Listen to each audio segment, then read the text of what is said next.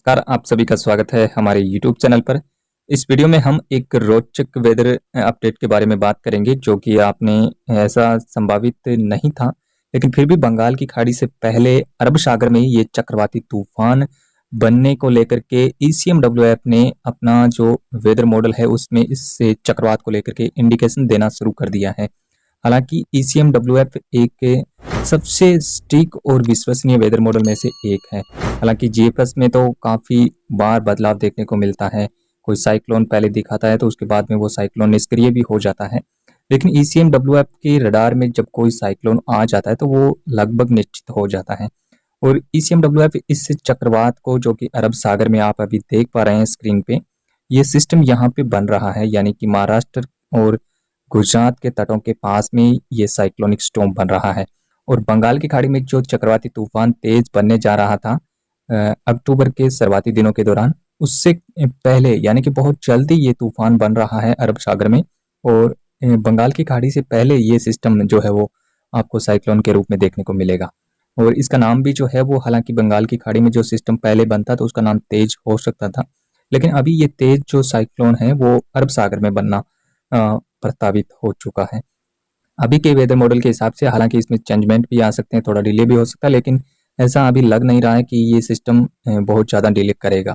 तो इसके बारे में हम विस्तार से इस वीडियो में बात करेंगे। तो सबसे पहले देखें कि इस जो रिपोर्ट में आप देख पा रहे हैं यहाँ पे 28 सितंबर के आसपास ये एक चक्रवाती हवाओं का क्षेत्र है, जो कि यानी कि आंध्र प्रदेश के आसपास में 26 और 27 तारीख को रहेगा। वही सिस्टम धीरे धीरे आगे बढ़ेगा और उसके बाद में आप देखेंगे 28-29 सितंबर के आसपास ये सिस्टम अरब सागर में पहुंच जाएगा, यानी कि महाराष्ट्र के रास्ते होते हुए ये सिस्टम अरब सागर में यहाँ पे पहुंच जाएगा। जैसे ही ये सिस्टम अरब सागर में पहुंचेगा उसके बाद इसको मॉइस्चर मिलना शुरू होगा, जिसके चलते ये एंटिसिफिकेशन बहुत जल्दी हो रहा है, यानी कि 36 से 48 घंटे के दौरान ये सिस्टम इतना ज़्यादा इंटेंसिफिकेशन हो रहा है कि ये साइक्लोन या फिर डिप्रेशन के रूप में तब्दील हो जाएगा।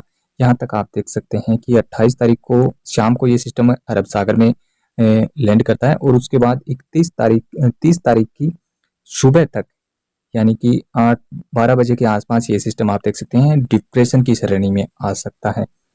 विंड स्पीड आप देख सकते हैं इस सिस्टम के आसपास में 40-45 किलोमीटर प्रति घंटे की स्पीड से हवाएं जो है वो 30 सितंबर के आसपास यहाँ पे देख सकते हैं आप।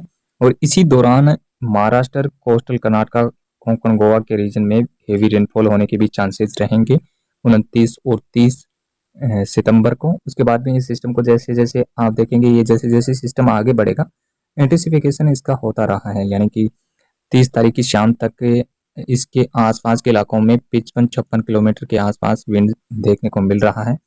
और 1 तारीख के आसपास ये सिस्टम साइक्लोनिक स्टॉर्म का रूप ले रहा है। यहाँ पे देख सकते हैं आप 60 से 70 किलोमीटर के आसपास में हवाएं देखने को मिल रही है इस सिस्टम के आसपास में। जैसे ही थोड़ा सा आगे आप और देखेंगे, ये सिस्टम यहाँ पे साइक्लोन के रूप में काफ़ी ज़्यादा 75 किलोमीटर के आसपास हवाएं इस सिस्टम के आसपास घूम रही है। तो ये सिस्टम जो है वो बहुत ही ज़्यादा इंटेंसिफिकेशन हो रहा है, बहुत जल्दी इसका इंटेंसिफिकेशन देखने को मिल रहा है, यानी कि 2 से 3 दिनों के दौरान ये सिस्टम साइक्लोन के रूप में तब्दील हो जाएगा। और उसके बाद में हालांकि भारत के गुजरात कोस्ट पे, महाराष्ट्र कोस्ट पे जो यानी कि कोंकण गोवा का जो रीजन है, यहाँ पर इस सिस्टम का सबसे ज़्यादा प्रभाव देखने को मिल सकता है। हेवी रेनफॉल एक्टिविटी भी इस सिस्टम के जो कोस्टल इलाके हैं, यानी कि गुजरात के सौराष्ट्र रीजन से लेकर के कोंकण गोवा और कोस्टल महाराष्ट्र और कोस्टल केरला के भागों में बहुत ज़्यादा हेवी रेनफॉल एक्टिविटी जो है वो 28 सितंबर से ही शुरू हो सकती है, जो कि 2 अक्टूबर तक इन भागों में कई स्थानों पे बारिश की गतिविधियां। हालांकि गुजरात में 1 और 2 अक्टूबर को इस सिस्टम के प्रभाव से काफ़ी तेज़ हवाएं चल सकती हैं और भारी वर्षा हो सकती है। हालांकि इस सिस्टम को लेकर के अभी तक भारतीय मौसम विभाग ने इसके बारे में कोई भी जानकारी नहीं दी है और भी जो भी वेदर मॉडल है वो भी अभी इस सिस्टम को साइक्लोन के रूप में नहीं दिखा रहे हैं। ईसीएमडब्ल्यूएफ एक ऐसा मॉडल है जो कि इस सिस्टम को साइक्लोन के रूप में दिखा रहे हैं। तो ये ऐसा लग रहा है कि ये सिस्टम यहाँ पे डेवलप भी हो सकता है और इससे मॉडल में कुछ एरर जैसी गतिविधियां भी हमें संभावित नजर आ रही है कि कहीं ना कहीं ऐसी अचानक से गतिविधियां होना संभावित कम नजर आता है।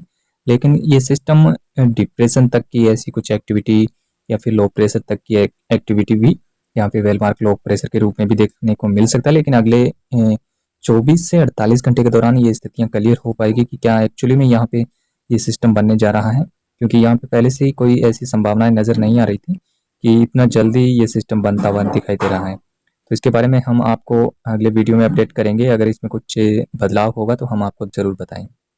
इस वीडियो में इतना ही। धन्यवाद।